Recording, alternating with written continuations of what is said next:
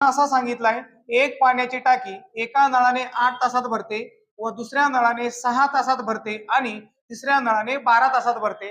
जर तीनही नळ सोबत चालू केले तर टाकी किती वेळेत भरेल? तर मुलांनो आता काय करायचे, तीनही नळ सोबत चालू करायचे आपल्याला। मग तीनही नळांनी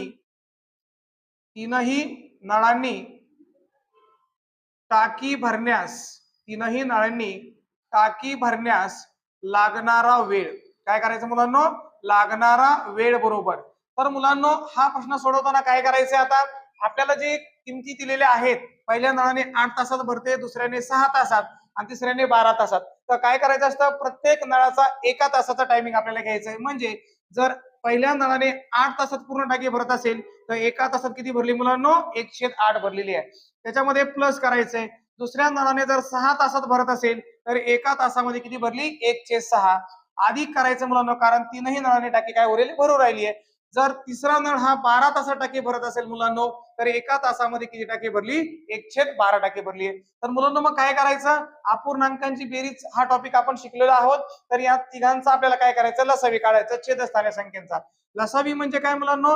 या तिघांपैकी जी मोठी संख्या आहे तिचा पाढा आपल्याला अगोदर म्हणायचा आणि बाकीच्या दोघांच्या पाढ्यामध्ये त्या पाढ्यातली छोटी संख्या आहे का हे आपल्याला पाहिजे। तर मुलांनो पहा, 12 एक 12, 6 दुने 12 आणि 8च्या पाढ्यात 12 आहेत का? नाहीत। मग 12 दुने 24, 6 चौक 24 आणि 8 त्रिक 24, म्हणजे ह्या तिघांचा लसावी किती आलेला आहे मुलांनो? 24 आलेला आहे। मुलांनो 8चा जर मला 24 करायचा असेल तर मला कितीने मल्टिप्लाय करावं लागेल? 3 ने। मग खाली ज्या संख्येने मल्टिप्लाय केलं वरती सुद्धा त्याने गुणायचं मुलांनो, म्हणजे 3 एक 3 झालं। त्यानंतर प्लस 6चा 24 कसा होतो मुलांनो? जर मला 4 ने मल्टिप्लाय केलं तर 24 होईल, तर वरती पण 4 ने गुणा, म्हणजे 4 एक 4 आणि अधिक 12चा जर 24 करायचा असेल तर मला 2 ने गुणावं लागेल, वरती पण 2 ने गुणा मुलांनो, 2 एक 2।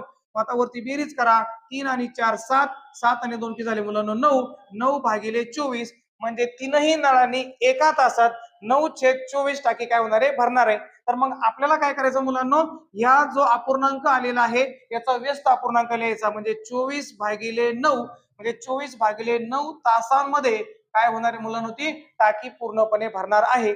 जर मुलांनो या ठिकाणी भाग जात असेल तर द्या, म्हणजेच 3 त्रिक 9 आणि 3 8 24, म्हणजे 8/3 तास असं लिहिलं तरी चालेल, किंवा पूर्णांकयुक्त पूर्णांकामध्ये रूपांतर करून घेऊ मुलांनो। 3 दुने 6, इथं 2 लिहायचंय। 3 दुने 6, 8तून 6 गेले, 2 उरले, जे उरले ते अंशस्थानी लिहा, म्हणजे 2.2/3 तासांमध्ये ही टाकी काय होणार आहे? पूर्ण भरणार आहे। अशा प्रकारे हा प्रश्न आपल्याला सोडवायचा आहे।